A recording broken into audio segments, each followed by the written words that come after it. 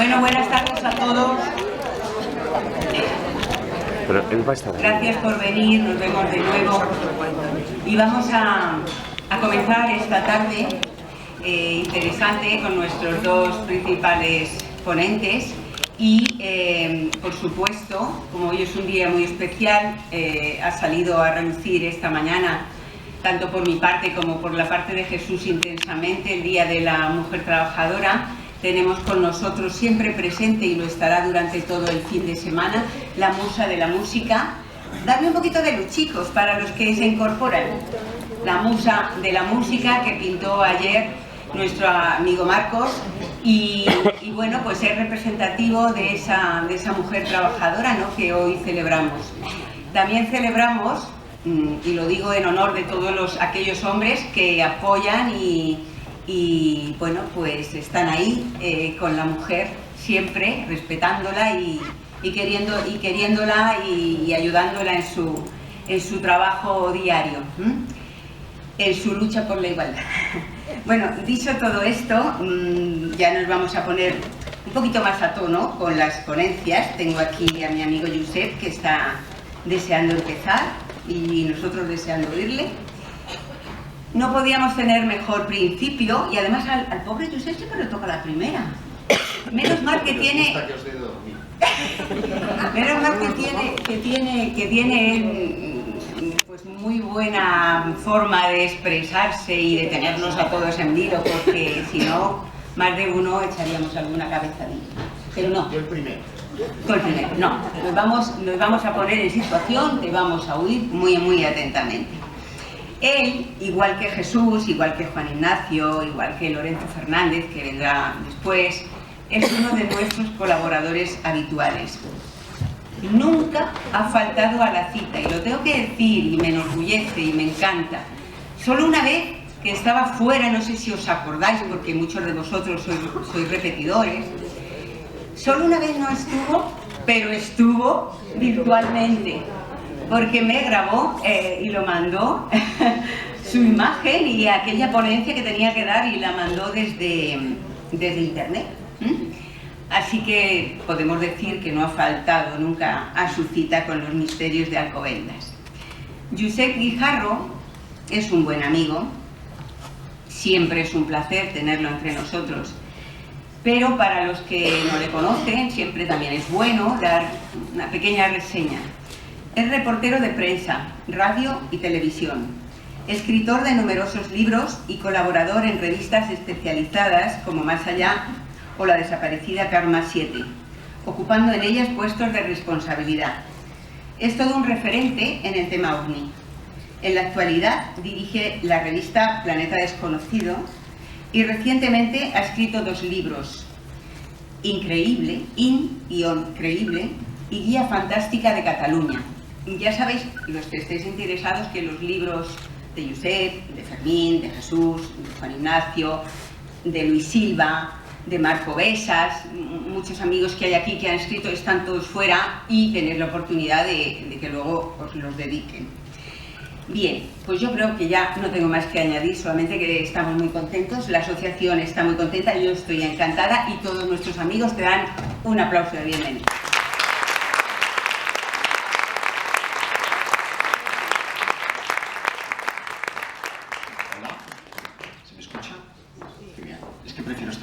Así les veo más de cara a cara, porque realmente impone la sala. Muchísimas gracias por estar esta tarde de sábado, en este tiempo de siesta, en este congreso, en el que vamos a tratar de asuntos increíbles, como diría Jesulín, en 2 palabras. Increíble. Bueno, tiene su gracia.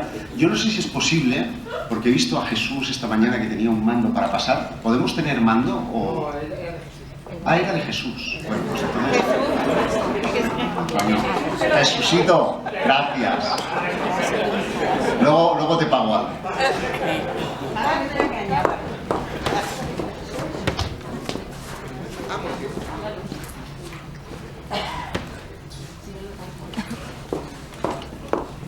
Primera moraleja del día. Pedid y se os dará.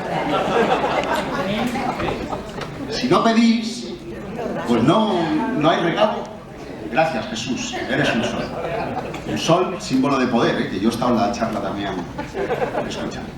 Bueno, Increíble es el título de un libro que recientemente he tenido el honor y el placer de firmar junto, y no aparece, pero está también Gonzalo de Martorell. Gonzalo de Martorell es un compañero con el que tuve oportunidad de compartir durante algunos años redacción física en Barcelona, cuando ambos dos trabajábamos para MC Ediciones. Él, en un mundo tan material y aparentemente muy normal como es el del motor, ¿verdad? Algo que entiende de cifras, de números, de cosas muy palpables.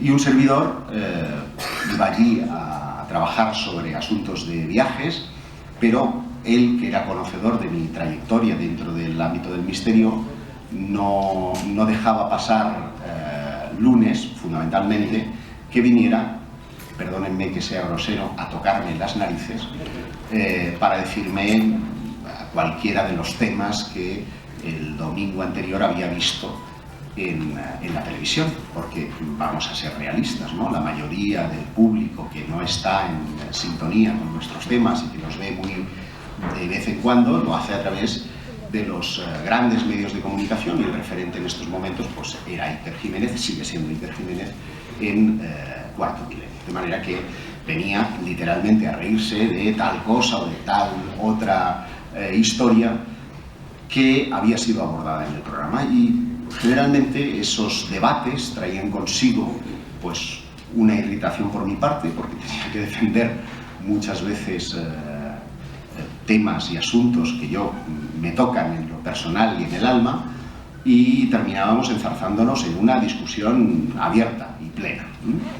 Y un buen día surgió la idea de por qué no llevar al papel esos debates que habíamos mantenido pues durante algo más de año y medio, y así surge la idea de hacer este libro, que, dicho sea de paso, creo que es interesante por varios asuntos, y es que el nivel de autocrítica que muchas veces podemos tener nosotros, que nos postulamos como defensores del misterio, adolecemos en muchas ocasiones. De entrada, ¿por qué ese título? Jesús, asísteme. Tengo que darle algún botón. ¿Encenderlo tal vez primero? ¿Okay? ¿Tiene que encenderse la luz? Lateral. Ah, on off. Sí, claro. Muchas gracias. Mira que viene. Y se os dará. Bueno, primero una reflexión normal, ¿no? ¿Por qué creíble o increíble? Porque según el diccionario, he cogido el Espasecalte 2005, no de la Wikipedia, creíble es aquello que puede o merece ser creído, e increíble es aquello que no puede creerse o es difícil de creer. Y esto ha dado lugar también a debates, porque cuando he presentado el libro en muchos lugares me han dicho, bueno, primero, ¿por qué Gonzalo y no un escéptico de los conocidos? Bueno, pues precisamente porque no es uno de los conocidos, y no quiero que esto sea un debate entre un debunker, es decir, aquel que niega sistemáticamente todas las cosas, y alguien que no es mi caso tampoco, las defienda a ultranza, sino se trata de establecer un debate, que el público, que los lectores tengan la posibilidad de quedarse con una opción, o a veces ni con una ni con la otra, porque disponga de toda la información disponible, de cuáles son los argumentos a favor y en contra de cada cosa, y que sean ustedes quienes elijan. Y eso es de lo que vamos hoy a intentar hacer con algunos ejemplos concretos. He sido criticado porque, claro, el decir creíble parece que sea relativo a la fe, porque si es creíble, eres creyente, y el término creyente suena un poco relacionado con la religión, y no tiene por qué ser así. De hecho, somos creyentes porque creemos en algo más, pero este no es un tema de creencia, es un tema de información, como vamos a tratar de argumentar. Antes, permítanme una reflexión inicial. Aquí me ven mirando a través de unos binoculares cuando tenía 14 años o 15 años. ¿Cómo pasa el tiempo? Pero no se te No se me nota. Muchas gracias. ¿Tú qué quieres? Es fundamentalmente, he puesto esta imagen porque desde ese año, que es el 82-83, a la actualidad, han pasado pues, algo más de 30 años, y cuando uno lleva 30 años trabajando con unas mismas cosas, o has aprendido algo, o realmente eres un verdadero inútil. Y yo creo que he aprendido algunas cosas, que tengo algunas certezas y sigo albergando algunas dudas. Y de dudas y de certezas es importante que juntos reflexionemos, porque también nuestra sociedad ha avanzado desde ese año, desde el 82-83 hasta la actualidad. Digamos que somos menos crédulos en general, que las cosas las digerimos de forma diferente. Necesitamos un mayor nivel de datos, de información que aparentemente nos entre por el oído y que sintamos en nuestro corazón. Yo siempre digo aquello de ver es creer, pero sentir es estar seguro. Y yo estoy seguro de que en el ámbito del misterio en general hay cosas para las que no tenemos una explicación, y eso no significa que seamos más crédulos, sino justamente que necesitamos seguir investigando para seguir abrigando la necesidad de fe o de creencia en algo superior. ¿Por qué no nos engañemos? Cuando estamos aquí, en lugar de estar durmiendo la siesta, es porque, como digo ahí, tenemos una angustia a la hora de elegir. Necesitamos creer en algo. Pero no piensen ustedes que los únicos que necesitan creer en algo son los amantes del misterio. También los científicos tienen esa necesidad de creencia. Y sus pasos se encaminan a probar ideas que previamente han formado parte de hipótesis.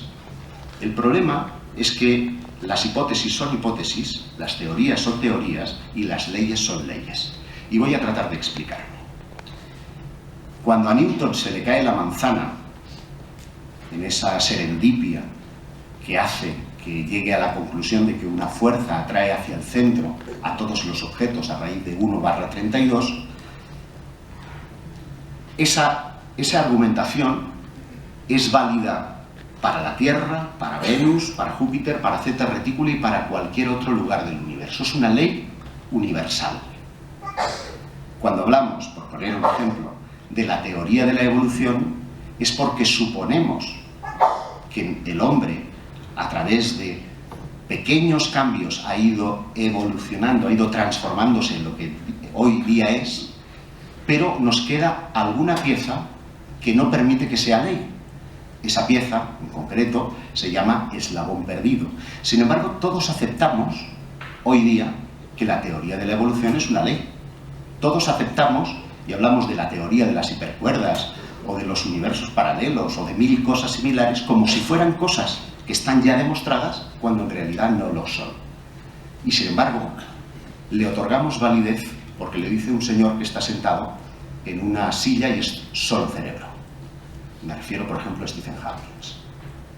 ¿Por qué este señor tiene credibilidad y un servidor no puede tenerla? Si hablamos de argumentaciones y las intentamos probar a través de métodos científicos, son igual de válidas que yo diga que los extraterrestres nos visitan desde el pasado o que la teoría de las hipercuerdas sea cierta. ¿De acuerdo? Y eso nos ha modificado incluso a los propios investigadores. Está muy de moda sostener que somos escépticos. Parece que de esa manera estamos en la tribu. Formamos parte de un colectivo que está lleno de dudas. Y yo digo que si llevamos mucho tiempo investigando, alguna certeza tenemos, aunque sean certezas que no se puedan demostrar a través del método científico, que sean certezas a las que llegamos después por deducción, pero también por inducción, porque creemos en ellas y vamos a tratar de dar pasos para demostrarlas. Ello no nos hace menos científicos y debe ser igual de válido que trabajar cualquier otra hipótesis. En ese sentido, a mí me da igual estar dentro que fuera de la tribu. De hecho, estoy más fuera de la tribu que dentro de la tribu, y como soy un deslenguado, voy a tratar de de aportar algunos ejemplos prácticos a todo ello. Bueno, esta va a ser una charla, llamemos, interactiva, porque el sumario del libro es extensísimo, tiene 12 fenómenos, y yo les voy a dar a elegir entre los que están subrayados. Ahora no me digan, ¿existen los fantasmas? Porque no. Entre los que están subrayados, ¿con qué les apetece abrir la boca? Vamos a ver. Sábana Santa. ¿Quiénes dicen Sábana Santa? Manos arriba. ¿Cuántos dicen objetos imposibles? Va ganando objetos imposibles. ¿Es posible predecir el futuro? Está esto muy parejo, ¿eh? ¿Les interesa el futuro? ¿Es que no tienen ustedes estabilidad? Si España va bien, ¿no? Les interesa el futuro. Bueno, pues vamos a hablar del futuro.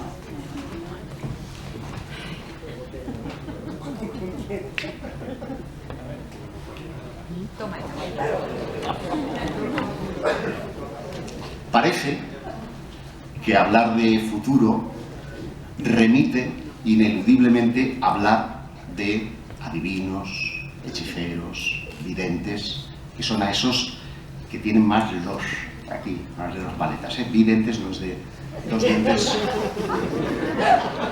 sino que ven más allá. Y les confieso que hablar de videntes a mí me resulta algo espinoso, porque tengo, también como Alejandro Sanz, el corazón partido.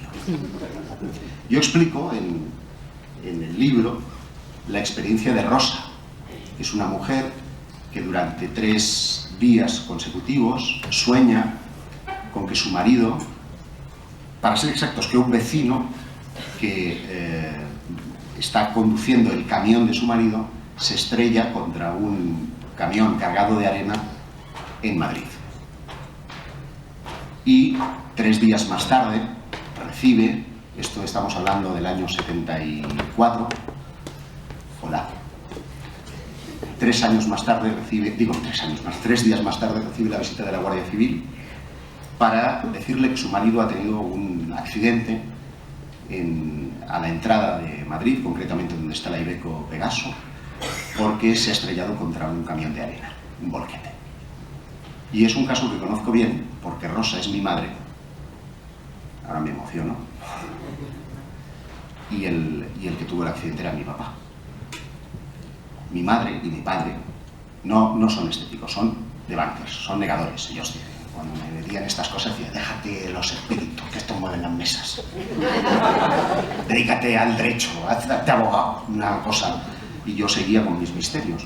De manera que mi madre, que no tiene ninguna idea preconcebida respecto a esto, siempre cuenta esa anécdota y pongo el acento en que no soñó con mi padre, soñó con que un vecino llevaba ese camión que sí reconocía como el de mi padre, y en la circunstancia exacta de que, estando en Madrid, chocaba contra un volquete, tal cual después sucedió, como si realmente hubiera tenido la oportunidad de ver el futuro, o estaba obrando ahí una especie de mecanismo telepático que, quién sabe, ¿no? En el momento en el que mi papá choca, él se quedó dormido, choca, el pensamiento a lo mejor se fue a mi madre, y esa fuerza del pensamiento, de algún modo, es captada por el receptor y la interpreta de cualquier manera. A todos, yo creo que la mayoría de los que estamos aquí, hemos tenido alguna experiencia en ese sentido que nos ha despertado la curiosidad acerca de si el futuro es posible, si existe el destino, si estamos predestinados a que una determinada cosa ocurra, o por el contrario, todo se debe al puro azar, a la probabilidad, a las leyes de la probabilidad.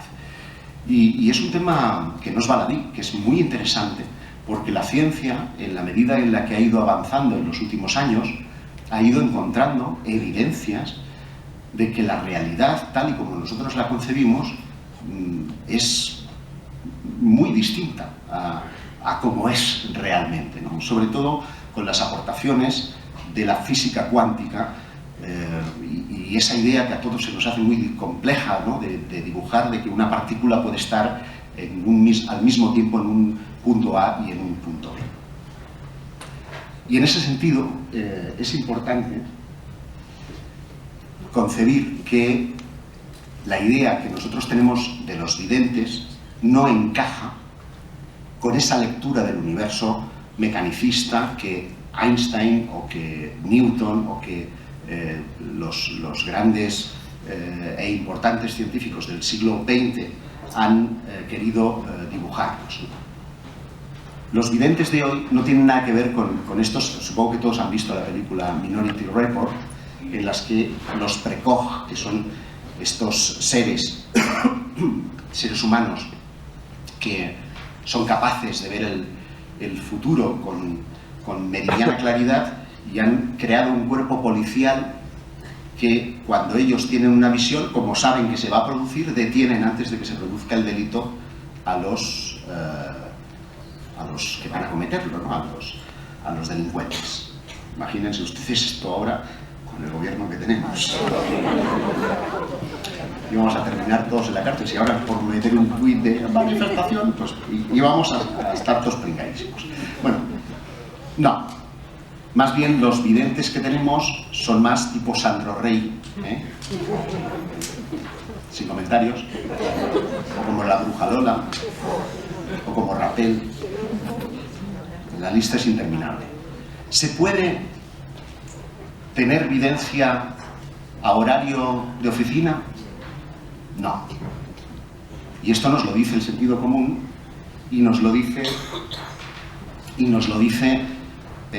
la experiencia parapsicológica, porque en los años 20, en la Universidad de Duke, en California, Joseph Van Rijn trató de establecer a través de bases estadísticas los parámetros de la telepatía, la precognición y, en definitiva, de todo lo que rige la percepción extrasensorial, que es el nombre que en parapsicología se ha dado a esa capacidad de tener ese sexto sentido, ¿no?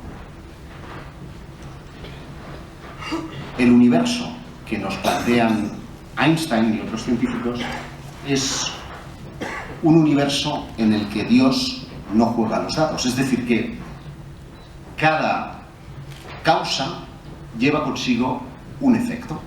Yo necesitaba un puntero y el efecto es que Jesús me lo ha dejado. Es una causa y un efecto. Y tendemos a ver la línea de tiempo solo hacia un nivel, hacia el futuro, pero caben otras posibilidades, y esto es fascinante porque el mundo de la sincronicidad nos lleva, sin lugar a dudas, a un mundo nuevo en el que nos interconectamos y nos interrelacionamos casi por parámetros que no tienen nada que ver con lo humano, con lo que estamos acostumbrados. Vamos a poner algún ejemplo para que todo el mundo pueda entender. Destino, implacable. María de Villota, ¿se acuerdan, no? Esta mujer, el 3 de julio de 2012, durante la preparación del Gran Premio de Silverstone, por razones que aún se desconocen, su monoplaza se pone en marcha, pierde el control y se estrella contra un camión, a pesar de que llevaba casco y que iba con sus protecciones. Termina recibiendo un golpe brutal sobre la cabeza, que después de varios meses de estar fuera de juego, termina brindándonos esta sonrisa y este parche que a todos nos cautivó. María de Villota había vencido a la muerte, pero solo provisionalmente. Si Silverstone suponía para ella una oportunidad para materializar su sueño, que no era otro que convertirse en piloto de Fórmula 1, una piloto mujer, en un mundo de hombres, de testosterona pura y dura, pues ese malogrado accidente supuso la rotura de ese sueño.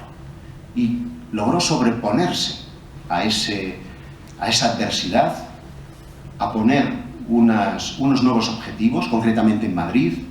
Empezó la redacción de un libro en el que contaba su experiencia como superación, y 3 días antes de presentar el libro en sociedad, concretamente el 11 de octubre de 2013, murió por causas naturales, no sé cómo alguien puede morir por causas naturales, pues con 36 años creo que tenía, perdió la vida. Y es muy curioso, porque uno puede sentir la sensación de que la muerte no escapó a la muerte, que de hecho es como que hubiera elegido ese momento para dar un determinado mensaje. Y si ustedes leen su libro, ostras,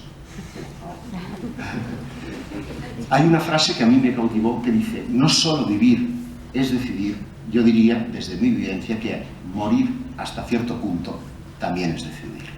Vuelve a ponérseme el vello de punta, porque ciertamente hay algo sobrecogedor en esa experiencia que parece no poder escapar a un determinado destino.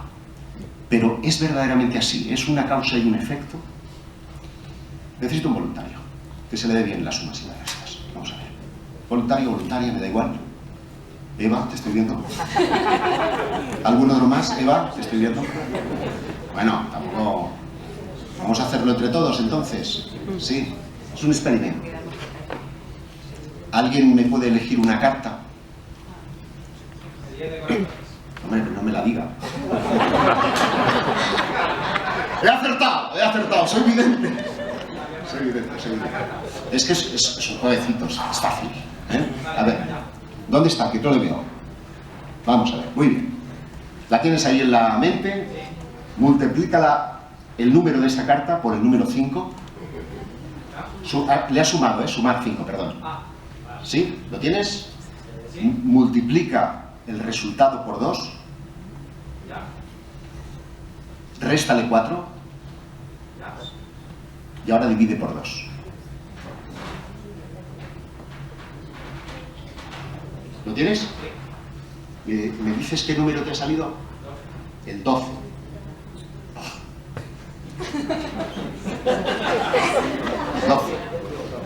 Solamente hay 10 cartas, 12. A ver. Ya, era el 9 de picas. Era el 9 de picas. Un aplauso, ¿no?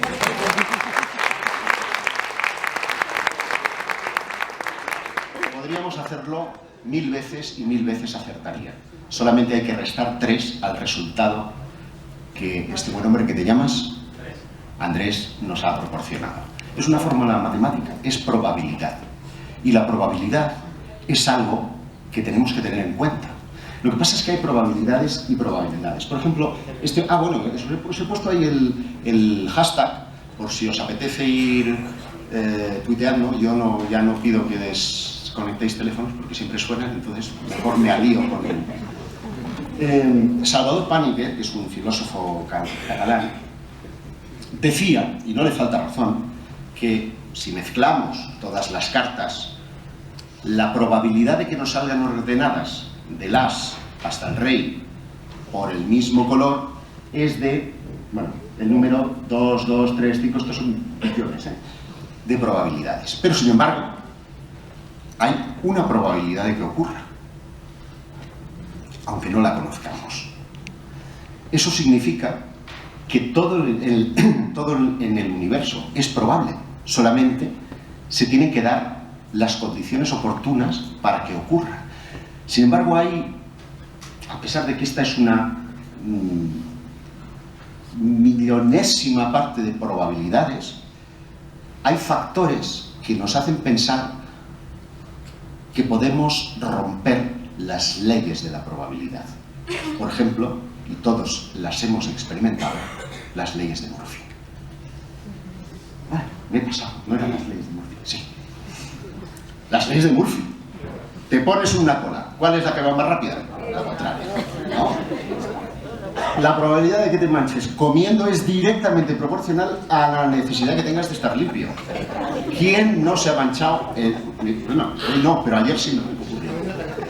Llegarás al teléfono justo antes de que cuelguen. Esto doy fe de que me ocurre cada día. Cuando tras años de haber guardado papeles en tu casa, decides tirarlos a la papelera, a la semana siguiente alguien te lo pide. Y la más conocida de todas, que es la tostada siempre cae por el lado que tiene la mantequilla. Esto, díganme ustedes, ¿desafía o no desafía la probabilidad? Pues desde luego que la desafía, y además, no sé si lo saben, Murphy existió realmente. Es un técnico que trabajó para el ejército de los Estados Unidos haciendo pruebas. Si alguien ha visto la película de Indiana Jones, esta última, la cuarta, en la que hay un raíl en la que salen acelerados a una velocidad increíble, pues él probaba esos dispositivos para medir aceleraciones atando atando dummies, muñecos de prueba. No, es que luego lo hizo con monos y con hombres. Y es cuando empezó a fallar. Por eso se dio cuenta que fallaba en los experimentos porque habían conectado mal los cables. Y él decía, no puede dar cero, no puede dar cero. Y entonces daba cero porque se habían equivocado en el cableado. De ahí empieza a formular las leyes de Murphy, que luego han ido incrementándose con aportaciones de los 5.000 millones o ya casi 6.000 millones de habitantes que hay en el planeta Tierra. Hay otro factor que a mí me parece determinante para romper la probabilidad. Por ejemplo, Carlos Fabra. ¿Cuántas veces le ha tocado la lotería? ¿Sí o no? Bueno, igual tenía tiempo, ¿no? Qué malos son ustedes. No, pero como Carlos Fabra, los hay en fortuna y en desgracia. Es lo que se conoce como el principio de serialidad de Kammerer. Y Kammerer, que era un tipo, vamos a llamarle rarito porque se quedó muy obsesionado con sincronicidades que él mismo vivía. Entonces, por ejemplo, iba al cine, le daban el número de guardarropa y resulta que coincidía con el número de butaca que él te decía, algo ha pasado, un mensaje, y se lo notaba. Entonces se pasaba horas y horas de camino a la oficina, en el parque mirando a individuos, incluso llegando a saber quiénes llevaban bastón, quiénes llevaban sombrero, quiénes vestían de verde, anotando todo minuciosamente, y se dio cuenta que existían unas reglas numéricas que además son las mismas que utilizan las empresas de estadística y de probabilística para sus cálculos, que tenían mucho que ver con las razones de la serialidad. Y la serialidad pues tiene sus cosas llamativas. Por ejemplo, todos recordaréis a principios de este año que tenía lugar en Granada un incendio en un hotel en Sierra Nevada, que era todo de madera. Bueno, pues una semana después, y esto no salió en la mayoría de los medios de comunicación, una semana después la misma cadena de hoteles tenía un segundo incendio, ¿de acuerdo? Concretamente en Marbella, por causas también absolutamente fortuitas, y dices, qué raro, ¿no?, que en una misma semana hayan ocurrido dos sucesos tan similares, o cuando hay un accidente. Hoy, por cierto, ha habido un accidente aéreo. Me arriesgo a pronosticar que en el plazo de no más de 2 semanas va a haber algún incidente que tenga que ver con el aire. Es el principio de serialidad. Y sus efectos pueden llegar a ser verdaderamente devastadores. Yo, por ejemplo, pongo el caso de Hugh Williams. El 5 de diciembre de 1664, un navío que surcaba el estrecho de Menai, está en Irlanda, lleva consigo a 60 personas. Hay un único superviviente, se llama Hugh Williams. Más de un siglo después, 1785, se hunde en el mismo lugar otro barco. El único superviviente se llama Hugh Williams. Y más recientemente, en el año 1820, el 5 de agosto, 24 pasajeros más pierden la vida en las mismas aguas y hay un único superviviente, Hugh Williams. Por lo tanto, si te llamas Hugh Williams y viajas a bordo, ¿no? Es una lectura, ¿no? Principio de serialidad. Las cosas parecen ir en serie, en rachas. Y esto lo sabemos muy bien quienes las estamos pasando canutas, porque dices, hay que romper la racha como sea, y cuesta romperla, pero hay que romperla. Y ese es uno de los argumentos que podemos utilizar para variar nuestro destino. Porque es posible variar el destino. Antes, cuando ponía el fotograma de Minority Report, me olvidé de decir que el mensaje final de la película es verdaderamente esperanzador, porque básicamente viene a decir, si conoces tu destino, tienes la posibilidad de cambiarlo. Y es algo que está contra los postulados de la física cuántica, porque hay un principio, que es el principio de incertidumbre de Heisenberg, que nos dice que de una partícula podemos conocer su momento y su posición en el pasado, pero no podemos conocer ni su momento ni su posición en el futuro. O podemos conocer una de las dos variables, pero no las dos. Con lo cual, dice, el pasado existe, pero el futuro es incierto. Si es incierto, quiere decir que el futuro no existe, que lo hacemos día a día. Y por lo tanto, lo que están viendo, supuestamente, esos videntes, no es futuro, no es destino. O existe un destino que vaya más allá. Una fuerza que pudiera existir igual que la gravedad, a la que, sonrójense, podamos llamarle Dios, que es al que hacía alusión a Einstein con esa frase de Dios no juega a los dados, que establezca principios acausales que sean los que por afinidad denoten que pasen cosas. Pues ese es el principio, bueno, aquí me voy de madre, es el principio que trabajó fundamentalmente Carl Gustav Jung y Wolfgang Pauli en el principio de sincronicidades, y que trata de establecer una conexión entre principios que no tienen conexión, lo que ellos llaman principios acausales, y el mundo de la sincronicidad. Desde esa perspectiva, el futuro, como tal, en realidad no, se va desarrollando en la misma medida en la que nosotros avanzamos y por lo tanto tenemos la posibilidad de cambiarlo, aunque tengamos un futuro a largo plazo que vaya a ocurrir indefectiblemente. Prueba de ello es que han habido muchas experiencias, experimentos de tipo parapsicológico, a veces hasta financiados por el gobierno de los Estados Unidos. Este es el coronel Holmes Atwater, al que tuve el placer de conocer después de una serie de casualidades que motivaron, entre otras cosas, que mi pareja y yo seamos pareja. ¿Verdad, Patricia? Porque cuando nos conocimos me habló de su pueblo, en Jaraicejo, y de un abuelito que entonces se escribía con ella y que trabajaba en un grupo financiado por el gobierno de los Estados Unidos para hacer remote viewing, es decir, visión remota. Y lo que hacían era pues trasladarse mentalmente hasta el lugar y hacer una especie de arqueología psíquica. Gracias a eso entramos en contacto, por lo tanto la casualidad quiso que ella y yo seamos marido y mujer hoy día.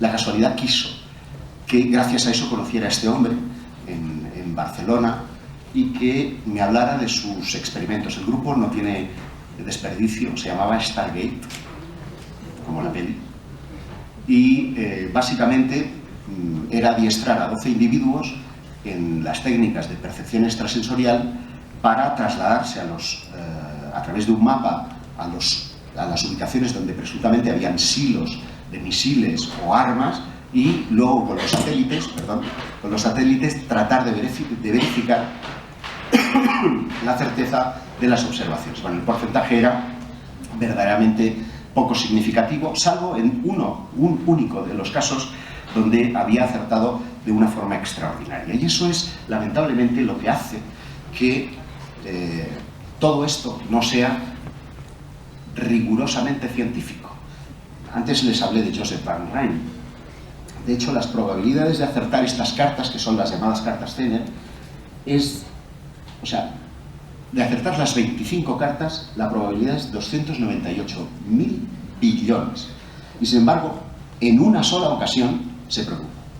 En otras se consiguieron 1.349 respuestas sobre 1.859, cuando a través del azar se podría establecer que únicamente habrían 372 respuestas. Ustedes se preguntarán, ¿por qué, si esto es verdad, no está reconocido como algo científico? Pues porque se objetó que los que intervenían en los experimentos podían no obrar de buena fe, que no se habían tomado las medidas, digamos, de asepsia oportuna para evitar que se pudieran manipular los resultados y, en consecuencia, no se admiten como válidos. Pero ¿y si fueran ciertos? ¿Y si ninguno de ellos hizo trampa? Que ganaban por hacer trampa, no se les daba más que el bocadillo, ¿no? No ganaban ningún reconocimiento. De hecho, alguien podría decirme el nombre de alguno de los videntes, alguno de ellos se ha hecho famoso, alguno de ellos no, son simples números dentro de un estudio universitario. Y eso es lo que me hace suponer que hay cosas que, aun siendo válidas, no tienen el reconocimiento de la comunidad científica. Y siempre pongo un ejemplo en ese sentido. Mi profesor de Historia del Arte, Josep Gibert, murió sin saber que era el autor de uno de los descubrimientos más importantes en arqueología de nuestro tiempo. Él fue el descubridor del hombre de Orce. En Orce, en Granada, se encontró un trocito de cráneo que en aquella época en la que yo era estudiante se decía que era el cráneo de un burro, y se convirtió en el hazmerreír de toda la comunidad científica, porque postulaba que era el hombre más antiguo y que en los cursos migratorios, en lugar de haber ido por Oriente Medio, cruzar toda Europa y bajar hasta España, convirtiendo a la península ibérica en el culo del mundo, pues era justamente lo contrario, es decir, que habían entrado por el estrecho de Gibraltar, teniendo en cuenta además que en una época de glaciación las distancias debían de ser, si no inexistentes, prácticamente nimias, no como ahora los negritos que se nos hunden al intentar llegar, ¿verdad? Y como consecuencia quedó desacreditado. Él murió, y después de muerto es cuando la comunidad científica ha admitido que ese cráneo es el más antiguo. En consecuencia, cuando damos la credibilidad a las cosas, muchas veces nos desentendemos de los intereses que pueden haber detrás de todo ello, porque en el mundo académico hay muchos intereses también, no solamente en la economía o en la política o en el mundo de la empresa hay intereses, también en el mundo de la divulgación hay muchísimos intereses, y sino que se lo digan a decenas de investigadores españoles que muchas veces cuando encuentran resultados de tipo, vamos a llamarle heterodoxos, prefieren callarlos a riesgo de perder becas o de perder credibilidad o de perder su despacho en la universidad donde están trabajando. Y, sin embargo, nos pasan a nosotros información, o hasta ahí algunos que publican en publicaciones y revistas del misterio, porque es una forma también de sensibilizar y de llamar la atención de colectivos para que un determinado hallazgo no se lo pueda, después de 3 o 4 años, imputar una segunda persona que no haya sido el verdadero descubridor. Así están las cosas en el mundo académico. El mundo más sorprendente, en el que suceden precisamente estas visiones, vamos a llamarle, del futuro, es precisamente el de los sueños premonitorios. Parece que esa fase de nuestra existencia parece ponernos en sintonía con el universo y con fuerzas invisibles que operan en él. Cuando digo fuerzas invisibles, no se imaginen ustedes a nada extraordinario. Es decir, la fuerza de la gravedad es una fuerza que tiene unas ecuaciones que permiten establecer cómo van a funcionar las cosas, pero que conocemos. Aquí existe esa misma fuerza y desconocemos cuál es su operativo. Es el caso, por ejemplo, de lo que se denominan archivos morfogenéticos, de los que últimamente se habla bastante, y que el primero en teorizar, entre comillas, sobre ellos fue Rupert Sheldrake, un filósofo que mantiene que el conocimiento de la humanidad es un conocimiento que va sumándose día a día, haciendo más grande y haciendo que las personas que nacen vengan ya con unos conocimientos adquiridos sin necesidad de haberlos oído, estudiado o conocido. De manera que cuando un vidente supuestamente está estableciendo una solución a una determinada pregunta de un consultante, lo que estaría haciendo es navegar a esos archivos acásicos y traer esa información en forma de alegorías, en forma de iconos, en forma de gráficos, ¿verdad?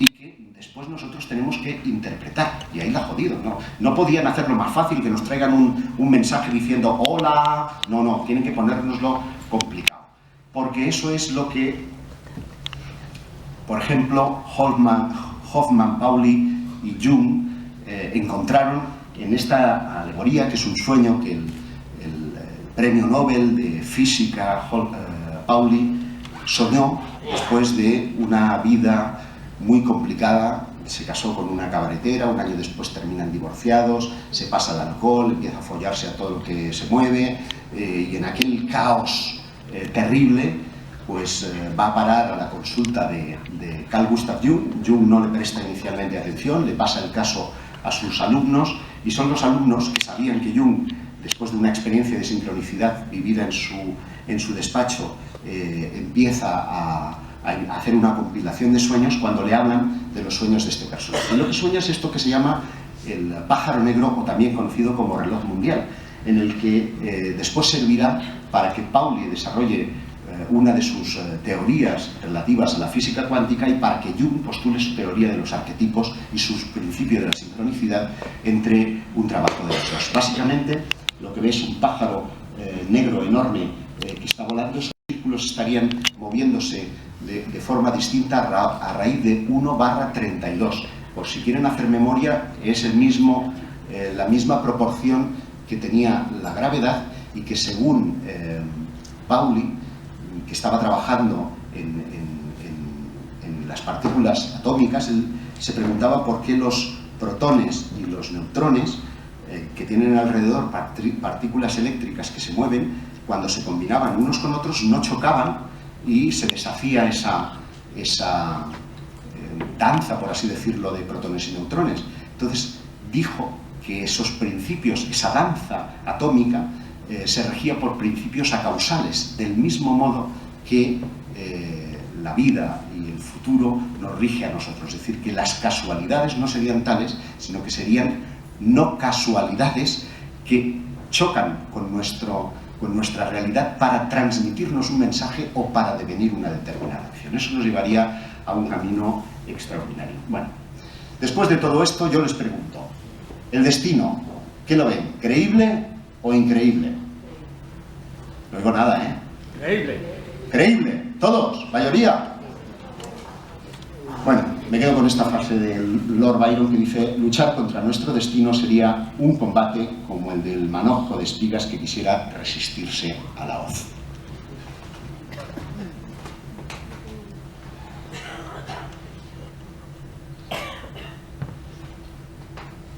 Siguiente. ¿Qué les apetece?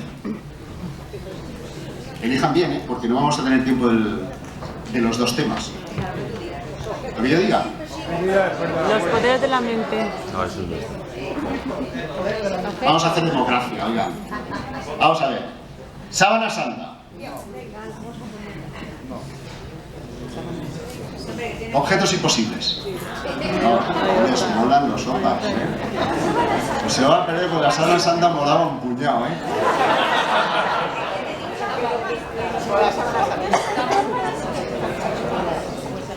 Me ponen un aprieto, ¿eh? ¿Se han dado aquí los sopas? Sí, sí. Bueno, abrimos rápidamente con OPARS y intentamos encajar los dos. ¿Cómo lo ves? ¿Cómo voy de tiempo? ¿Cuánto llevo? Llevo media hora. Ah, llevo una hora.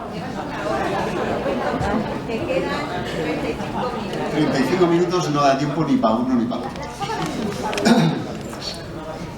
OPARS. Lo que quieras. Bueno, voy a empezar con sábanas.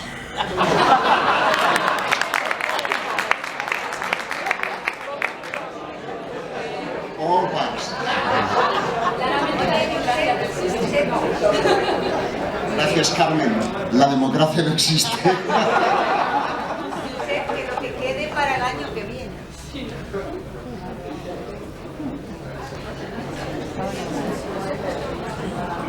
Sábana Santa. Bueno, voy a ir muy rápido y así nos... Me gusta el tema de la Sábana Santa porque también se relaciona con el tema del destino. Yo establezco... A ver cómo lo digo esto. La Sábana Santa es un ópar. Es un ópar. Es un objeto que está fuera de su tiempo. Porque... No te rías, no estoy haciéndolo venir a mi terreno. ¿Es un óparo o no es un óparo? Es un objeto que está fuera de su tiempo, porque recuerden ustedes que esta pieza de lino de 4,36 por 1,10 que muestra la parte frontal y trasera de un cuerpo crucificado, según la ciencia, tiene una fecha. Por lo tanto, ¿es la imagen de Cristo?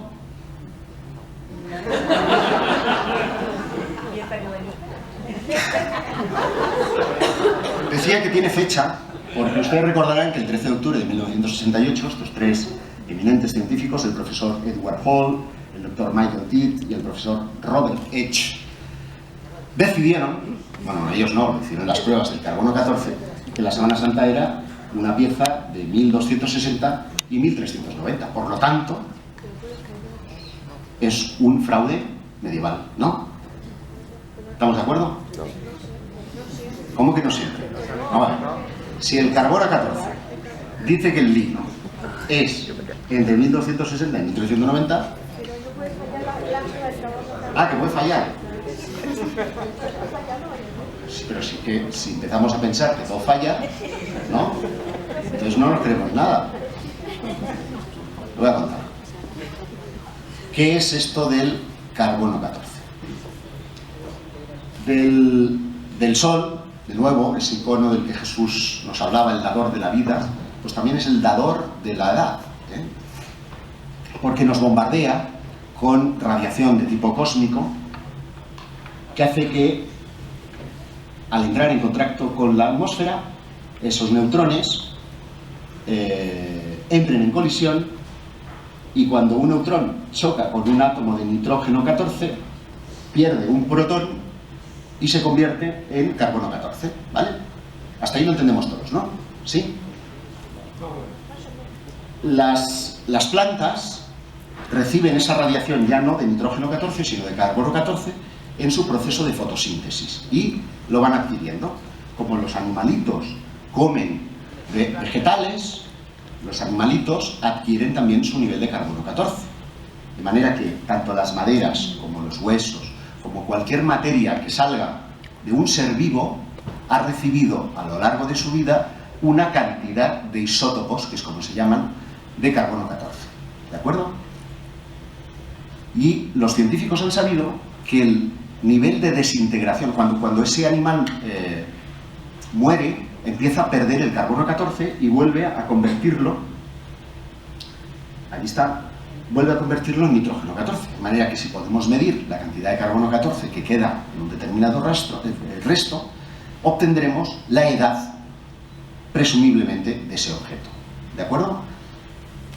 Hay un problema con la prueba del carbono 14, y es que el ritmo de desintegración de los isótopos de carbono 14 es muy progresiva, salvo en los últimos más allá de 60.000 años, porque no sabemos qué efecto podían tener los volcanes sobre la Tierra, porque habrían podido alterar el nivel de carbono. Estamos hablando de que estamos echando humo a la atmósfera y por lo tanto el nivel de carbono se incrementa. El humo es CO2, ¿de acuerdo? Y claro, ostras, ahora me has hecho pensar, ¿eh? El humo puede variar el nivel de CO2. ¿Y la reliquia de la Sábana Santa ha estado expuesta a humo? Bueno, pues sí, porque de entrada ha habido un incendio en 1532 que hizo... Esto tiene un puntero, ¿no? ¿Será esto? No. Bueno, el verde. Verde, sí, es solamente hay un rojo. El del medio. El medio. Ah, estos triangulitos, gracias Jesús, esos triangulitos son bordados que las monjas clarisas hicieron al lienzo porque las gotas de plata se habían deshecho, habían malgastado, habían estropeado el lienzo. Por lo tanto, sí, es verdad, ha estado expuesta a humo, además de forma más reciente, un segundo incendio acabado con el domo de Turín, y se pudo salvar la reliquia gracias a que este bombero, con un martillo, rompió el arca en el que estaba siendo protegida, y además es un hombre que después se convirtió sin ser religioso. Es evidente, por tanto, que sí ha habido una exposición excesiva a un humo, y que además, a lo largo de siglos, pues ha sido venerada con inciensos, en un ambiente de velas, etcétera, etcétera, que también puede contaminar la muestra. ¿Se puede entonces invalidar la prueba del carbono 14? Bueno, yo no la voy a invalidar. Miren, voy a ir contra todo pronóstico, porque yo lo que quiero es convencerles de que esto es un OPART. Es decir, que es algo que rompe el tiempo en el que supuestamente ha sido establecido. Y si es una prenda medieval, pues casi me incomoda más que sea una prenda del siglo I. ¿Por qué? Pues porque en este Codex Prey de Bulgaria, que ven ustedes reproducido a la izquierda, este lienzo está fechado mucho antes de lo que las pruebas de carbono 14 nos indican, entre 1150 y 1192, nos muestra un detalle en la parte inferior, que es el tipo de tejido conocido como sarga, propio de la sábana santa, y estos 4 agujeritos en forma de L, los ven, que se corresponden con estos agujeritos que están en la reliquia.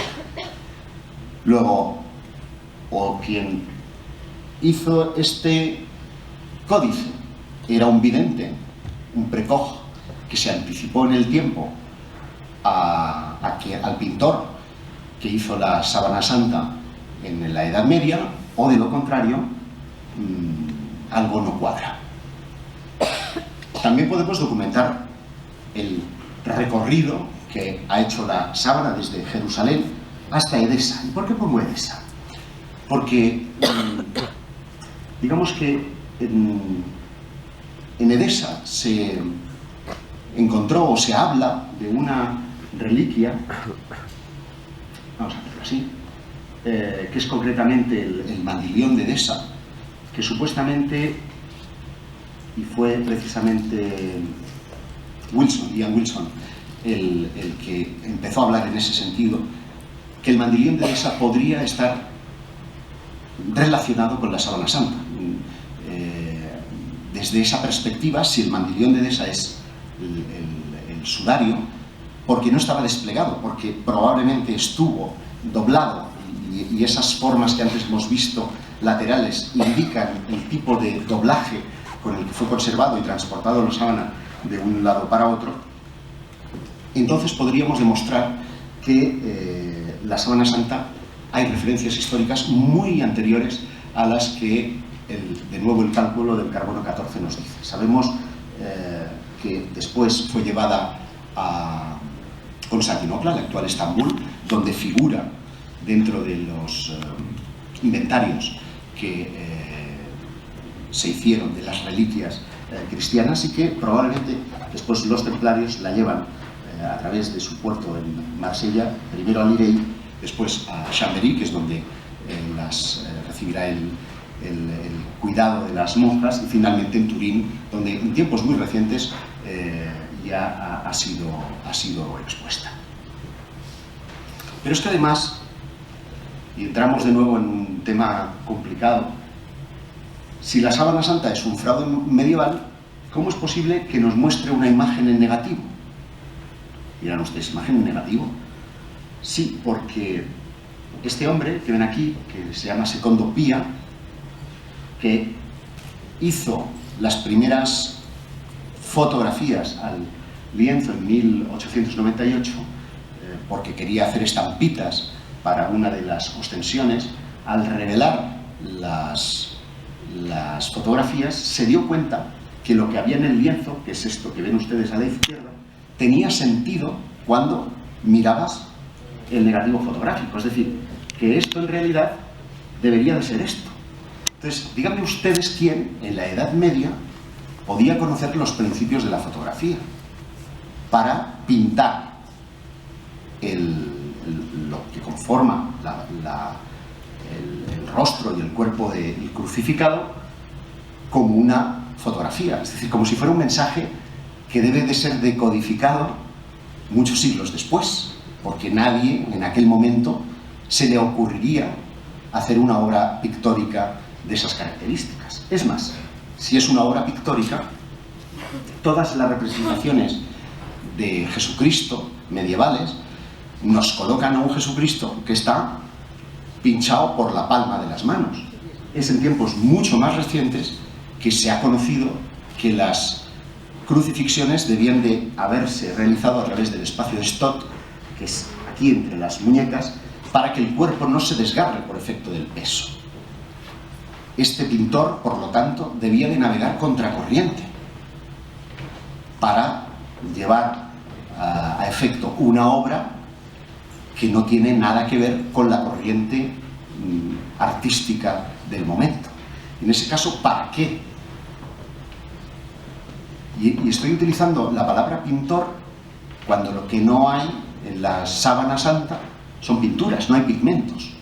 Es decir, no se sabe qué es lo que produjo la imagen de la sábana. Una imagen, por cierto, que solamente está por una de las caras. Si ustedes pudieran ver el lienzo por el otro lado, resulta que estaría blanco. Se ha hablado de protofotografía, incluso algunos escépticos han llegado a sugerir que el propio Leonardo, que era un anatomista extraordinario, podía haber hecho una protofotografía con albumina, con huevo, con una larga exposición, por ejemplo, con un cadáver, porque no hay ópticas que nos permitan fijar la imagen, sino que solamente el sol y la cámara oscura, ese dispositivo con un agujerito que nos da una imagen invertida, podían ser los responsables. ¿Ustedes se imaginan hacer una cámara oscura para hacer un cuerpo de 4:10? Pues necesitaríamos una habitación más grande que todo esto, con un agujerito chiquitito, chiquitito, chiquitito, y con un cuerpo inmóvil durante más de 8 horas. Yo lo he hecho. No con un cuerpo tan grande, con un busto, como experimento que hicimos en Karma 7 en los finales de los años 80, para probar que es verdad que se puede construir una sábana santa con daguerrotipos o con primitivas fotografías, pero que es tan inviable porque no tiene ningún sentido cuando la mayoría de reliquias, y hay sábanas santas, Jesús nos podría hablar de 50.000 que tenemos incluso aquí en España, estaban circulando ya por toda la cristiandad. Sábanas santas, por cierto, que todas tomaron como referencia una, que es esta. Y eso es también sintomático, porque ¿qué hacía esta sábana particular y que fuera venerada por tantísima gente y durante tantísimos siglos? ¿Hay algo que nos pueda permitir decir que esto estuvo verdaderamente en contacto con lo que la tradición nos ha hablado que es Jesús de Nazaret? Bueno, pues a lo mejor esa prueba se encuentra en España. Este es el pañolón de Oviedo, también pañuelo sucio, arrugado y asqueroso, pero que supuestamente contiene edema pulmonar, sangre y sangre venosa y sangre arterial, y que supuestamente ha estado en contacto con un 80% de probabilidades con la sábana santa de Turín. Voy muy rápido para que así podamos hablar del resto de OPAs, ¿de acuerdo? Los estudios forenses han logrado determinar el tiempo que debiera de estar un presunto crucificado para que las manchas quedaran con la simetría que encontramos en el pañolón de Oviedo y coinciden de nuevo con las de la sábana santa. Les paso algunas imágenes del estudio. Los estudios forenses, por lo tanto, determinarían, y la recreación de las hostias que le pudieron dar al pobre Chicho quedarían reflejadas en este molde forense. Bueno, por ir muy rápido. Sábana santa, ¿creíble o increíble? No les oigo, les veo dormidos, Me he quedado con una frase de Juan Pablo II que dice que la sábana santa es un reto a la inteligencia, no tratándose de una cuestión de fe. La Iglesia carece de competencia para pronunciarse sobre su autenticidad. Y les decía que esto podía ser una antesala de los OPARS, porque la sábana santa, yo digo que es una especie de error de programación. Admitamos que es medieval, los conocimientos que contiene parecen estar diseñados para que sean interpretados a partir del siglo XX, cuando las modernas técnicas nos han permitido explorar en profundidad, como si fuera una especie de error de programa. Como si estuviéramos viviendo en Matrix y otra realidad superior estuviera proporcionándonos flasecitos de información para que despertemos, ¿no? En ese contexto hay otro OPAR que me llama muchísimo la atención, que es la Gran Pirámide de Keops. Cuando recientemente se descubre, tras los conductos de ventilación, esa serie de grabados que están hechos en un miniconducto por el que ha pasado un robot y ahora resulta que unos dicen que se trata de medidas, que se trata... Da igual de lo que se trate. De lo que se trata es que solamente cuando hemos tenido un robot hemos podido llegar a esa información. Como si quien concibió aquello, si escribió algo ahí dentro, era para que se pudiera leer cuando tuviéramos la tecnología para hacerlo. Y eso a mí me inquieta enormemente, porque parece traslucir un plan detrás de todas las cosas que parecen estar en contacto con nosotros. Y el caso de la sábana santa es un ópar en esa circunstancia, o por poner un ejemplo que también nos lleva al mundo de la sincronicidad, que es el de un japonés que es el único superviviente a las 2 bombas atómicas que conocemos. Sí, ¿han escuchado bien? Este hombre se encontraba, nació en Nagasaki, trabajaba para la compañía Mitsubishi y es el único que el gobierno japonés considera, ¿cómo le llaman a los héroes? Muchas gracias. Le consideran un Ibakusa a los héroes que consiguen sobrevivir, son una especie de duendes, una especie de brujos, ¿verdad?, que trascienden de las leyes físicas, porque este hombre se encontraba a 3,5 kilómetros del punto en el que explotó la Little Boy, la primera de las bombas atómicas.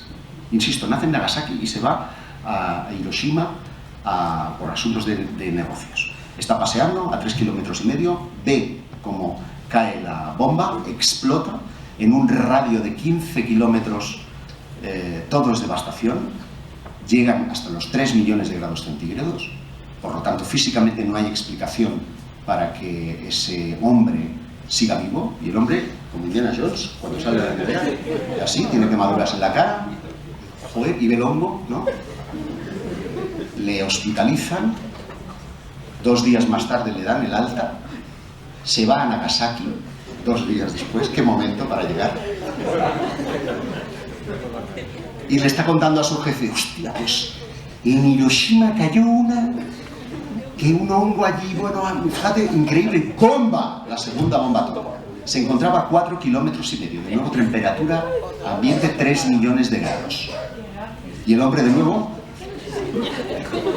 y así, todo a su alrededor es muerte y devastación, ni un solo edificio en pie.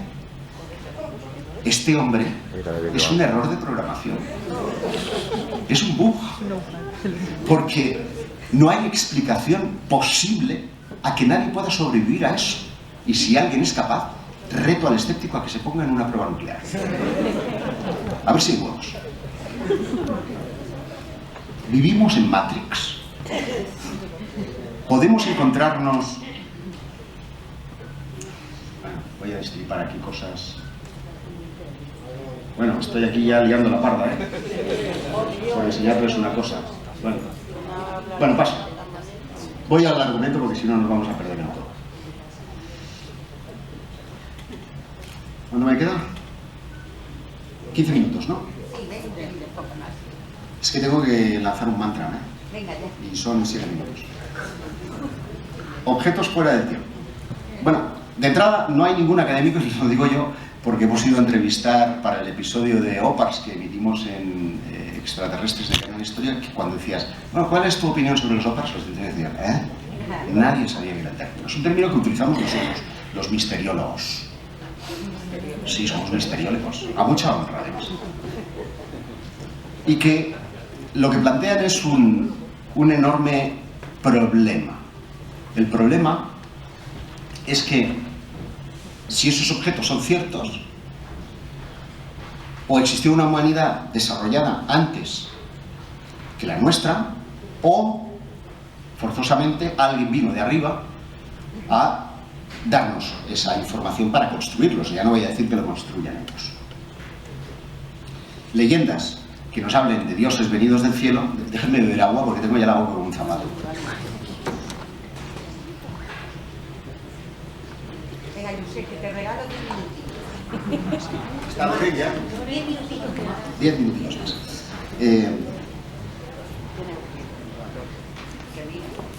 En Newgrange, por ejemplo, en Irlanda, en estos mal llamados túmulos, se habla que Los que construyeron esto, mucho antes que los celtas, fueron los Tuatha de Danann, los dioses que vinieron del cielo. Como esto ya lo conté hace algún tiempo, no me voy a extender sobre el asunto. Baste decir que esas leyendas de dioses que vinieron del cielo las encontramos en muchísimos otros rincones del planeta.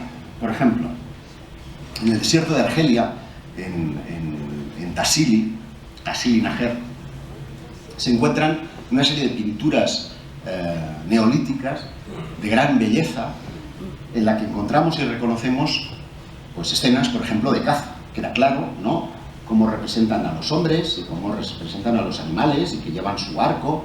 Es decir, es una pintura muy realista. Están describiendo la realidad. Pero si saben hacer eso, ¿qué nos significan seres como estos que aparecen al lado de personas aparentemente normales? Parece que estén volando. Claro que esto es cosa de la imaginación calenturienta de los misteriólogos, pero claro, cuando aparecen al lado de personas o bichos que parecen tener casco, al lado de hombres y mujeres, y de lo que parece, o nos sugiere, en esta mente calenturienta de misteriólogos, platillo volante, ¿no?, podríamos hablar libremente de abducciones. O otras figuras, como el gran dios marciano, que también están ahí. Es decir, están sugiriendo que ha habido un contacto con entidades no humanas. Hay que plantear las dos caras del asunto. Lo que dicen los antropólogos es que muy probablemente los chamanes de esas tribus ingirieran sustancias psicotrópicas y que en ese trance tuvieran visiones de seres mágicos y mitológicos. Paso palabra.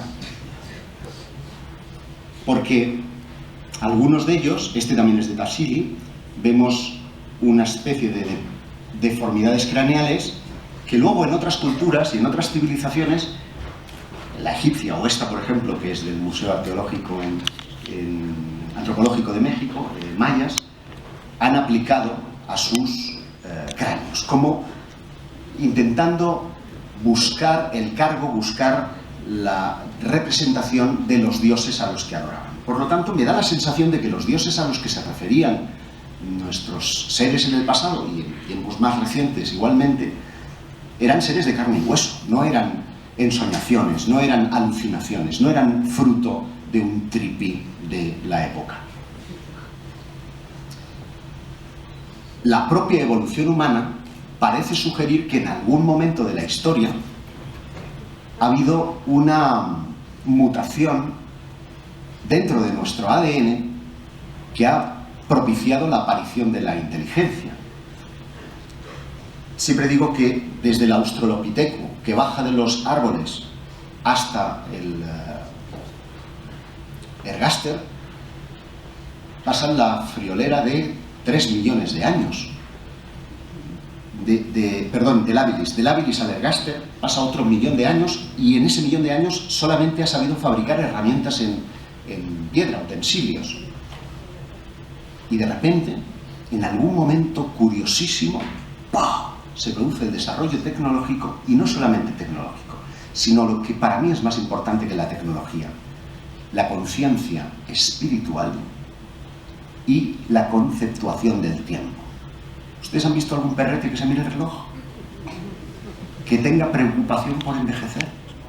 ¿Algún animal en este planeta? No. Los únicos que medimos el tiempo somos los seres humanos, y los únicos que hacemos expresiones artísticas, los únicos que desarrollamos un pensamiento abstracto y que por lo tanto ha propiciado el habla y ha propiciado la comunicación, somos también los seres humanos.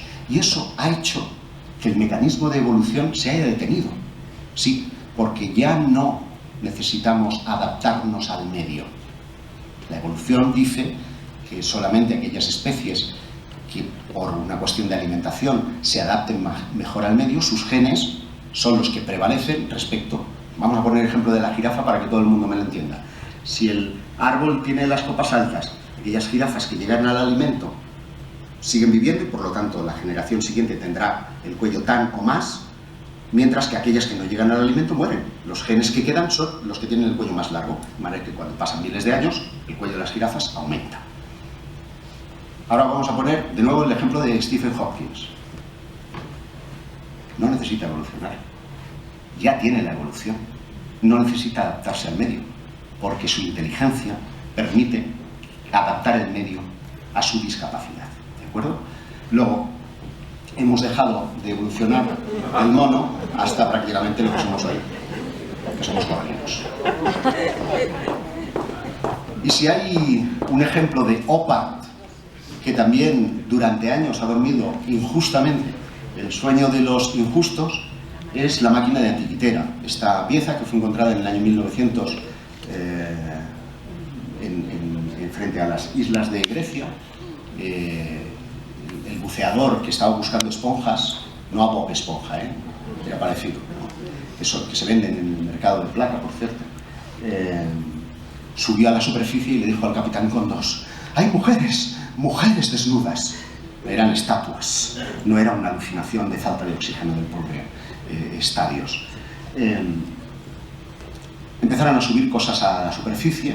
Esto estaba en un pecio del año 80 y entre las piezas había una pequeña caja que al llegar a la superficie se resquebrajó y se rompió. Y en su interior aparecieron una serie de engranajes, montones de engranajes, que dieron lugar a la máquina de Antiquitera. De hecho, durmió el sueño de los justos, insisto, hasta que un investigador, Derek de Solla Price, retomó el asunto, quedó fascinado por la complejidad de las ruedas dentadas y se dio cuenta que aquello tenía una importancia que hasta entonces nadie se le había dado. Derek de Solla Price, yo diría que murió sin conocer la verdadera dimensión de la máquina de Antiquitera, reconocida hoy como uno de los instrumentos, no solo de navegación del mundo antiguo, sino probablemente que encierra toda una cosmogonía y cosmología, porque a su alrededor estaban los signos zodiacales, permitía jugar con el tiempo, con la posición, es decir, era algo más complejo que un astrolabio, era realmente una máquina astronómica. Eso sí, no revelaba planetas no conocidos para el mundo griego, pero eso significa que, digamos, hemos menospreciado el nivel de información o de tecnología que nuestros antiguos han podido tener respecto a algunos de estos hallazgos. No quiero enrollarme excesivamente, porque si no, voy a ir pasando muy rápidamente porque me gustaría que pudieran formular alguna pregunta. Un ópar de nuestra península ibérica. Bueno, así visto no parece un ópar, ¿verdad? ¿Dónde aparece la civilización? Bueno, nos han dicho que en las cuencas del río Tigris y Éufrates, concretamente, nace la Sumer, ¿no? la civilización sumeria, y que precisamente son ellos los primeros en hacer su primera organización social, las primeras ciudades, la agricultura, la ganadería, probablemente los primeros comercios, la escritura, la rueda. Todo esto viene de Sumer. Sumer, por cierto, también nos habla de los Anunnaki, de esos dioses también venidos del cielo. Pero no voy a entrar en esa cuestión. Me interesa referirme a las cronologías, porque concretamente lo que establece la ciencia en ese sentido es que la escritura tendría alrededor de 5.500 años de antigüedad y que habría nacido ahí. Pero, ¿y si no fuera así? Estas son las piedras de Albao, muy desconocidas y objeto de una polémica que dura hasta nuestros días. Fueron descubiertas en 1924 y en ellas hay una serie de símbolos, de signos que sugieren que hay una escritura. Problema que plantean las piedras de Albao. Bueno, este es un discurso inaugural de Méndez Correa, uno de sus estudiosos más representativos. Él encuentra esto en el interior de un dolmen que estaba enterrado. Por lo tanto, supuestamente no había contaminación. No se puede decir que ha caído de un estrato superior a un estrato inferior contaminando el yacimiento. Él las encuentra enterradas, encuentra varios trocitos de hueso que permiten la datación. Se establece en 8.500 años, es decir, anterior a Sumer. Y si la escritura nació en España, ¡uy, los franceses! ¡Madre mía! Ahí están los fragmentos de hueso y los fragmentos de piedra, que todos tenían un orificio, como si realmente tuvieran la cosa de ser llevados encima, o como amuleto, como oración, no lo sabemos. De hecho, estuve en contacto con la investigadora, que es esta mujer, que se muestra muy crítica, porque ella ha encargado ahora unos estudios para ver la grafía, cómo está hecha, si ha sido hecha con un punzón actual o con herramientas que se corresponden al periodo histórico. Sigue siendo crítica a la espera de nuevos resultados, porque el primer estudio que se hizo, que no ha estado financiado por la universidad, sino que ha sido hecho de forma particular, el resultado resulta no ser concluyente. Pero digamos que fueron desacreditados en su momento, porque algunos quisieron ver en este tipo de escritura, incluso le han dado a llamar ibero-tartésica, y algunos han relacionado con la Atlántida, y a partir de ahí, cuando tú metes en el ambiente académico la palabra Atlántida, ya es bagutoli, que decimos en Cataluña, es decir, la escapado para siempre. Bueno, les podría hablar de un reloj, en este caso sí que ha contaminado un yacimiento, esto es en China, en unas tumbas de más de 3.800 años, y detrás del reloj pone Made in Suiza. Digo, Suiza no existía. O en la zona de Ngobeli, esta es de Quizil-Tepe, se encuentra este carricoche de 5.500 años, si no recuerdo mal, ahora tendría que verlo en el libro, que harían los gozos del pequeño Alonso de la época de los Picapiedras, junto a silbatos. Lo interesante de esto es que la rueda, supuestamente, se conoce a partir del año 3000, y esto nos da un golpe de 2000 años más hacia atrás. Luego es otro objeto incómodo. Este sí que sería 100% polémico, y de nuevo vuelvo a tener el corazón partido. Hay un estudio de Vicente París que a mí me parece que hay que tener en cuenta, en el que se describe que precisamente estas percepciones que demuestran cirugías, que demuestran operaciones de cráneo, no es que le esté haciendo un lavado de cabeza, o observaciones astronómicas, pues esa civilización gliptolítica de la que nos hablaría, forzosamente han sido efectuadas con un simple buril en tiempos modernos. El problema de todo esto es que no ha habido ningún estudio científico de verdad, no hay ninguna universidad que se haya aproximado al misterio y que haya hecho criba. Estamos hablando de 11.000 piedras. ¿Cuántas se han analizado? Por lo tanto, las muestras son significativas cuando se analizan 2 piedras y no lo son cuando se analizan la sábana santa una única vez a través de carbono 14.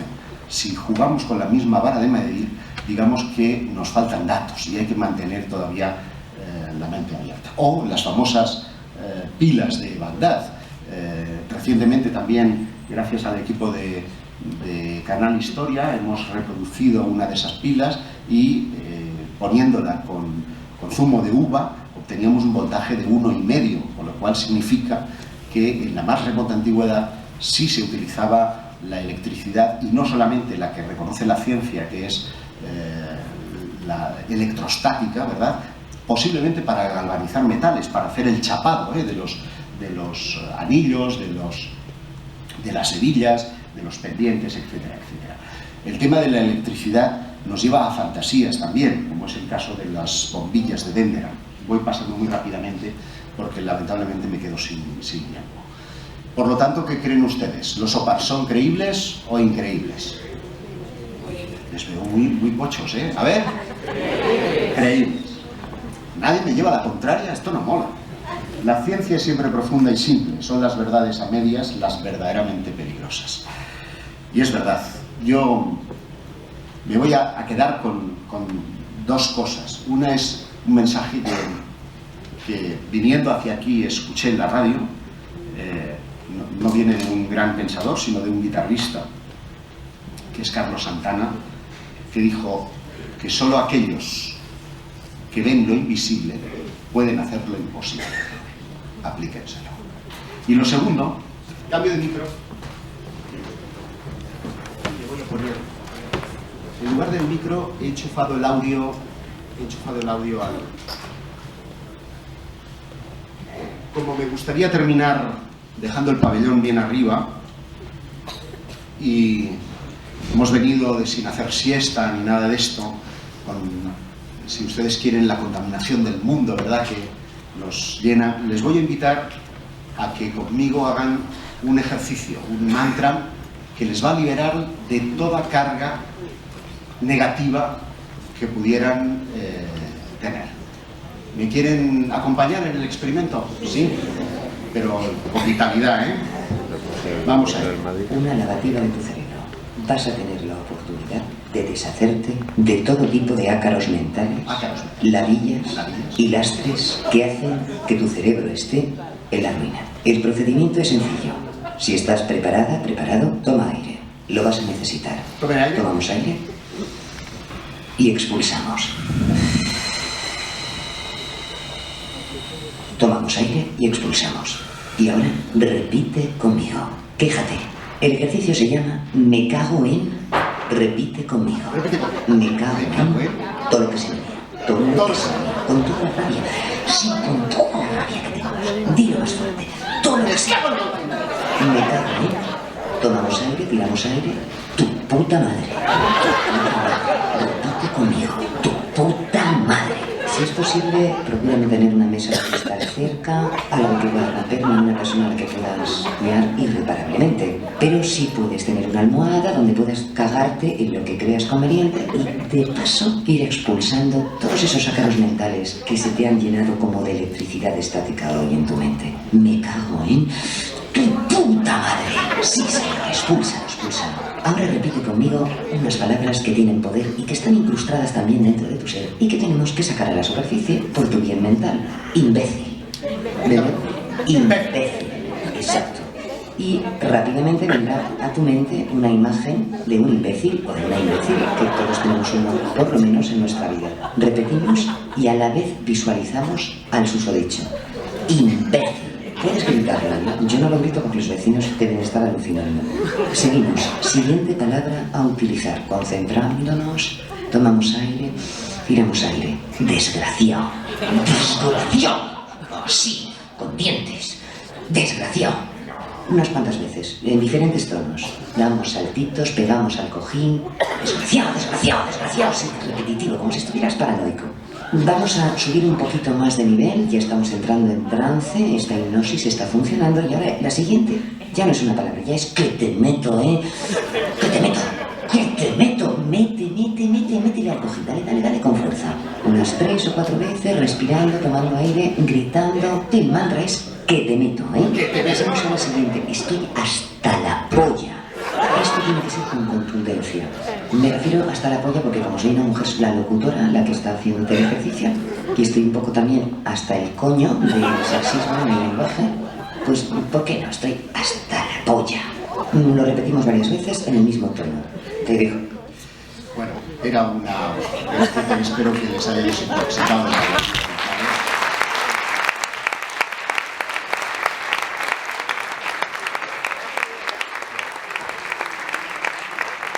Atados dijo, si algo puede salir mal, saldrá mal.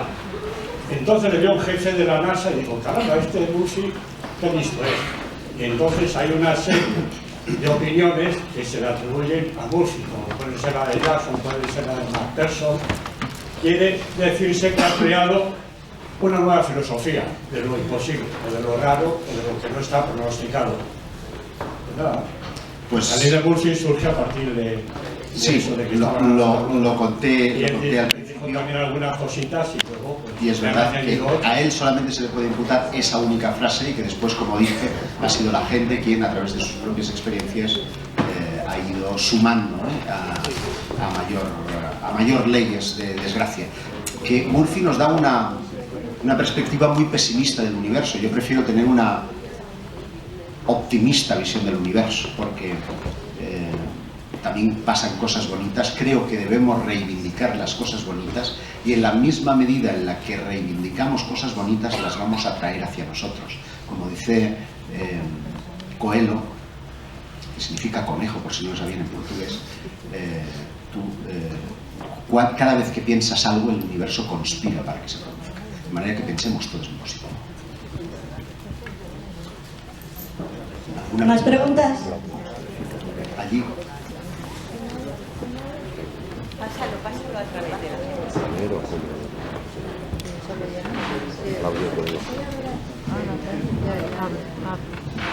Bueno, supongo que conoce a Zecaria Stitchie. Sí, claro. Pues supongo que conoce al personaje que es un escritor que mayormente lo que ha hecho es traducir, según dicen, tablillas sumerias y publicar libros que describen cómo la civilización fue creada por esos seres que se hicieron pasar por los dioses. Y recientemente se ha publicado la noticia de que el planeta X, lo llamado Nibiru, por la NASA, que dice que ha estado explotando el sistema solar y que no ha visto prueba de ninguna de ese planeta, pues se publica, pues eso, que no hay rastro de esa prueba que se necesitaría para, ¿sabes?, dar más credibilidad a estas historias y todo eso. Entonces, mi pregunta es, más o menos, ¿qué credibilidad, en su opinión, pueden tener estos libros, o la NASA también? Porque a veces piensas que la NASA te oculta algo. Bueno, vamos a ver.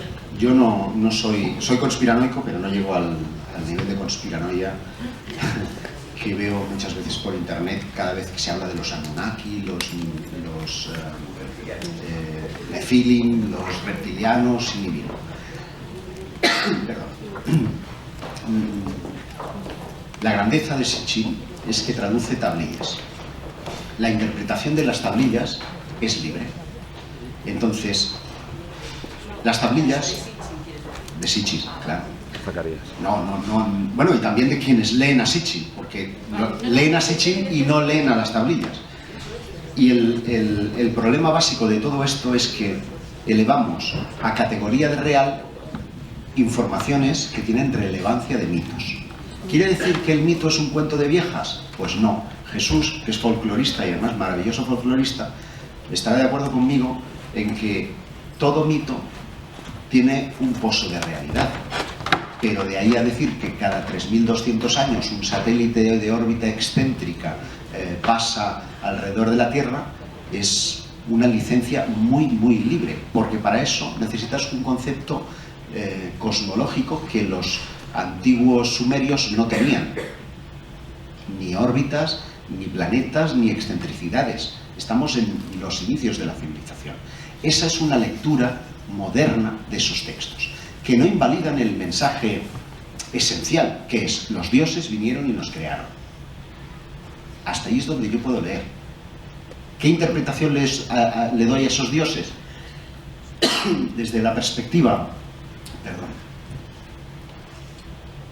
en que es el origen o la fuente de la que después beberán un montón de civilizaciones, de religiones. Ese es el mito primigenio que probablemente influencia a todos los demás. Y eso tiene una importancia capital, pero no nos permite asegurar con rotundidad si los dioses a los que hacía referencia esos textos eran extraterrestres, que es una interpretación anacrónica, porque lo hacemos desde el día de hoy, o se refería pues a un elemento mitológico. Fíjate que te estoy haciendo un planteamiento escéptico, cuando, si tú me preguntas a nivel de creencia, te diré: Josep Guijarro cree que probablemente esos seres a los que aludía puedan tener relación con lo que yo he imaginado siempre, que son los extraterrestres. Pero no creo en Nibiru, ni como he visto en internet, que está detrás del sol, que no... Mira, eso son cosas que verdaderamente no se sostienen por la racionalidad. Yo creo que misterio y racionalidad no tienen que estar reñidos, todo lo contrario, tienen que ir de la mano, sin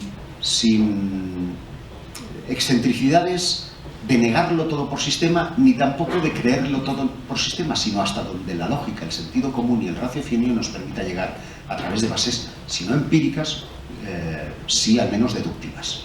No sé si respondo con ello a tu pregunta.